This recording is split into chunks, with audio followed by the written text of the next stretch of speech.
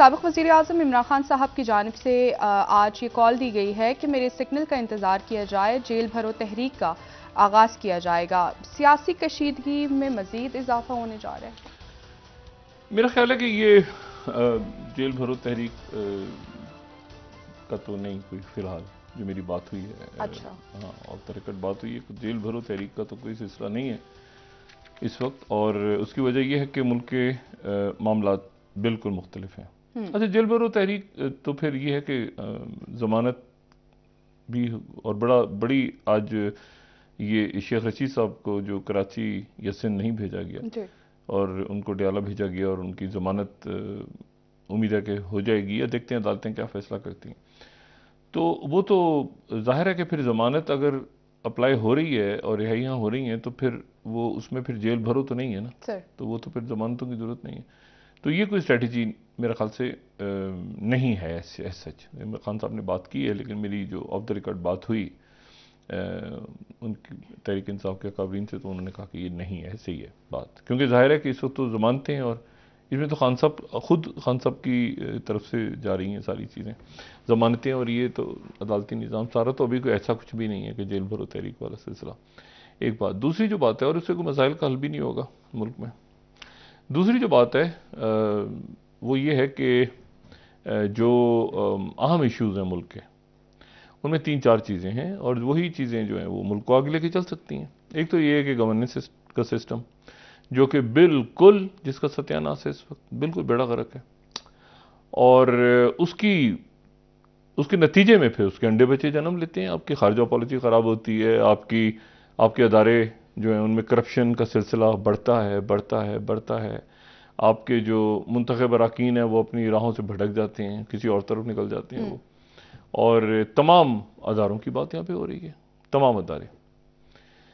अब मसला ये है कि उसमें फिर जो अच्छे लोग और जो मेहनती लोग और काबिल लोग जिनको हर जगह आगे होना चाहिए, वो पीछे रह जाते हैं उस दौड़ में। क्योंकि ये होता है कि जी हर जगह पैसा चल रहा है, हर जगह ये हो रहा है, हर जगह वो हो रहा है, क्रोनिज्म हो रहा है।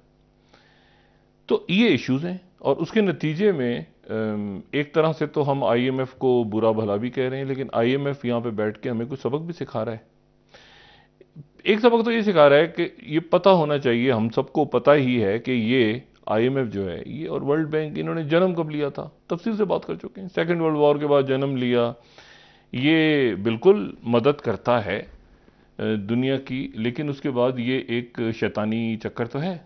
जब आप फंस जाएं तो फिर फंस जाएं, फिर उनकी मर्जी है, वो जिस तरह से बाजू मरोड़ें, आगे पीछे, दाएं करें बाएं करें। इसीलिए वो जो पहले कई दिनों से बात हो रही है कि जी IMF, आपके अमेरिका से ताल्लुकात अच्छे थे, तो उसके बाद वो ठीक हो जाता है। IMF भी जो उनसे ख़राब होते ताल्लुकात हो। तो मसला ये है कि ये एक तरह से पॉलिटिकल टूल है जो सेकेंड वर्ल्ड वॉर के बाद जिसने जन्म लिया। लेकिन फिर आप मजबूर होते हैं ऐसे हालात में, क्योंकि आपके यहाँ क्रोनिज्म और आपके यहाँ जो एलीट कैप्चर या जो भी अल्फाज इस्तेमाल होते रहे, तो अब उसमें 2-3 बातें। पहली बात तो ये है कि ये अरेंजमेंट जो है, या ये जो सेटअप सारा है, ये अपना बुनियादी चीज़ों में ये जो है ये बुरी तरह से नाकाम हो गया, पहली बात। और आपस में मुख्तलिफ वज़रा के भी आपस में मसाइल हैं। मुख्तलिफ वज़रा यानी एक ही सेटअप के वज़रा, मतलब तवानाई की जो मिनिस्ट्री है उसके क्या इश्यूज़ हैं, उनके वज़ीर कुछ और कह रहे हैं, वज़ीर ख़जाना कुछ और कह रहे हैं, पेट्रोलियम कुछ और कह रहे हैं, खारजा कहीं और जा रहा है। मतलब हालांकि ये सारा सिंक्रोनाइज होता है तो फिर मुल्क चलता है ना।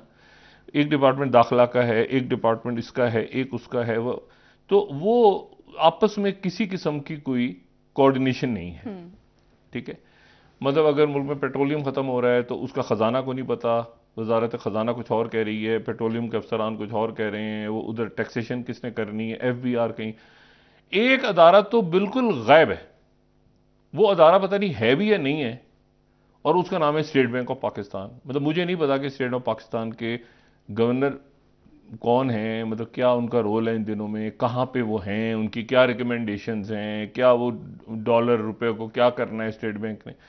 स्टेट बैंक का गवर्नर बहुत बड़ा, सेंट्रल बैंक जो है किसी मुल्क का, वो बहुत बड़ी एक पोस्ट अथॉरिटी होती है। नोट पे साइन आज तक बैंक दौलत पाकिस्तान के साइन आपको नजर आते हैं कि इस दौर में ये नोट के ऊपर साइन है कि जी ये स्टेट बैंक है। वो बहुत बड़ी पावरफुल एक अथॉरिटी होती है। कौन है स्टेट बैंक का गवर्नर, हमें यही नहीं पता। मतलब हैं एक साहब बड़े मोहतरम से, मगर उनका कोई रोल नहीं है इस पूरे खेल के अंदर, सवाए इसके कि एक दिन ताजर उनके सामने चेक फेंक के चले गए, अगले दिन उन्होंने कहा कि डॉलरों की बारिश होगी अगले, तो उसके बाद वो मतलब मुकम्मल तौर पे इस वक्त जो है ना वो माशी हवाले से यानी ये भी नहीं हुआ कि जी कोई लड़ाई हुई हो, कोई किस्म का कोई एक बात ही मनवा ली हो, कुछ भी नहीं पता कि ये अगले हफ्ते हम कहाँ पे जाके IMF से हमने कहाँ जाके सरेंडर करना है। 30 रुपए पेट्रोल और बढ़ाने की बात भी हो रही है, 30 रुपए मजीद, 35 रुपए भी बढ़ा है, 30 रुपए और बढ़ सकता है पेट्रोल, सिगरेट, हवाई जहाज के किराए, गैस, बिजली, मतलब कोई चीज छोड़ी ही नहीं है। और उसकी वजह यह है कि एक तबका जो है वो किसी तौर पे तैयार नहीं हो रहा कि वो अपनी मराद छोड़े किसी भी तरह से। अच्छा, अब मैं इसमें जरा आगे बढ़ने से पहले ये जो कल एपेक्स कमेटी का इजलास हुआ जो जिसमें शहबाज शरीफ साहब गए और इसमें तहरीक इंसाफ के अलावा बाकी सारी सियासी जमातें शरीक हुई, वज़राए आला शरीक हुए और अस्करी क़यादत शरीक हुई, चीफ सेक्रेटरीज भी गालिबन थे या जो इंतज़ामी हवालों से, और पुलिस के एहलकार भी थे। और ये जो एक बहुत ही अंदोनाक वाक़या पेश आया, इसके हवाले से देखें हम लोगों ने बड़ी यहाँ पे कुर्बानियाँ दी हैं, पूरी कौम ने, और उस कौम हमने कुर्बानियाँ देने के बाद इसको हार्डकोर टेररिज्म को भी ख़त्म किया है यहाँ से, और इस तरह ख़त्म किया था कि हम बाहर जाके बताते थे, यानी कि हमारा एक ये बात थी कि जी पाकिस्तान अगर किसी मुल्क ने वॉर ऑन टेरर में हार्डकोर टेररिज्म ख़त्म की है और अपनी खोई हुई यानी हाथ से निकले हुए इलाकों को वापस लिया है तो वो पाकिस्तान है। अभी तक आप देखें सीरिया, लीबिया, इधर उधर लड़ रही फौजें, अंदर टूट फूट हो गई, लेकिन वहां पर वो जो एक ग्रिप है ना सेंट्रल गवर्नमेंट की, वो वहां पे नहीं बरकरार हो, खाना जंगी हो गई। पाकिस्तान वाहिद मुल्क जिसने अपनी रिट प्रॉपर वहां पे कायम की उन इलाकों के अंदर, ठीक है, कि यहां पर किसी किस्म की कोई दहशतगर्दी नहीं। और ये जो इंतहा पसंदी और ये और बम बांध के और कोई अजीब अजीब कहानियां कि जी कोई जन्नत में जाएगा और ये होगा, लोगों को मार दोगे तो ये होगा, ये बिल्कुल खत्म, ये खत्म, बिल्कुल जीरो टॉलरेंस पे। और ये सारा किस्सा जो है ये पाकिस्तान ने खत्म कर दिया था। ये मैं तो बहुत अरसे से कहता रहा हूं कि दो चीजों के ऊपर मुकम्मल पाबंदी होनी चाहिए, कुफर का फतवा और एक गद्दारी के जो होता है ना कि नहीं मुकदमात नहीं, जो सर्टिफिकेट बांटते फिरते हैं। अब आज़ाद कश्मीर के वजीर आजम पे कट गए थे पिछले दौर में, कभी उस पर गद्दारी वो इस तरह ये हंसी मजाक में सियासी तौर पे हम इसको नहीं लेते। अच्छा, अब इसमें इशू ये है कि कल जो वहाँ पे एपेक्स कमेटी का एक इजलास हुआ और उसमें जो उसकी मैं ये तो नहीं जानता कि अंदर क्या बात हुई, मुझे इसके इल्म में नहीं है, लेकिन जो आज के अखबारात में एक बात बड़ी इंपॉर्टेंट है, मुझे नहीं इल्म के आने, लेकिन मैं इसको थोड़ा सा अंदाजा लगा सकता हूं और मैं इसको बयान कर सकता हूं कि क्या है। आज के अगर हम एक्सप्रेस को देखें तो उसमें जो हेडलाइन है वो ये है कि दहशत गर्दों के माविन तमाम जराए खत्म कर देंगे।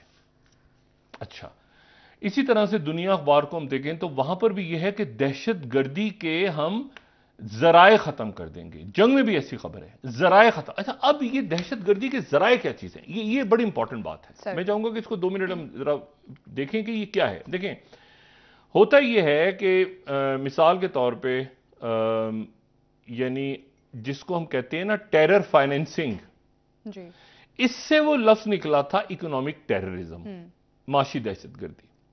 अच्छा, टेरर फाइनेंसिंग इसलिए इंपॉर्टेंट है कि जिस किसी ने भी बम बनाना है, जिस किसी ने भी जो है वो पैसे देने हैं उसको पैसे तो नहीं, उसकी ब्रेन वॉशिंग की या उसको कहा कि अच्छा जी तुम्हारे पीछे घर वालों को हम संभालेंगे, लॉजिस्टिक्स दी, पूरा प्लान हुआ सारा, वो सारा का सारा उस वक्त होता है जब उसमें 2 नंबर करप्शन का पैसा इन्वॉल्व हो। ये बिल और ये हमारे अदारों के पास ये रिपोर्ट्स हैं। ये वजह है कि जब ऑपरेशन ज़र्ब-ए-अज़्ब शुरू हुआ था, ऑपरेशन ज़र्ब-ए-अज़्ब, उसकी कामयाबी की वजह यह थी कि वो एक तरफ ऑपरेशन ज़र्ब-ए-अज़्ब शुरू हुआ था, दूसरी तरफ ये माशी दहशतगर्दी के ऊपर हाथ पड़ गया था। तो एक जो सप्लाई चेन थी मतलब मिसाल के तौर पे जनाब वो कंटेनर उतरे तो कंटेनर 27,000 गायब हो गए, सबको याद होगी वो रिपोर्ट सर। मतलब वो फिशरी से आ रहा है जनाब पैसा, तो कुछ इधर गया तो कुछ उधर लहरी गैंग वॉर में असला चला गया, कुछ आगे चला गया, उसने पैसे पकड़े, उसने दूसरे ट्रक वाले ने आगे आगे जाते जाते वो इधर से उधर उधर अफगानिस्तान का बॉर्डर खोला है रुपए। ये जो करप्शन का पैसा है, करप्शन का पैसा, ये टेरर, ये आप देखें उस ऑपरेशन ज़र्ब अज़्ब के अंत के दो हिस्से थे।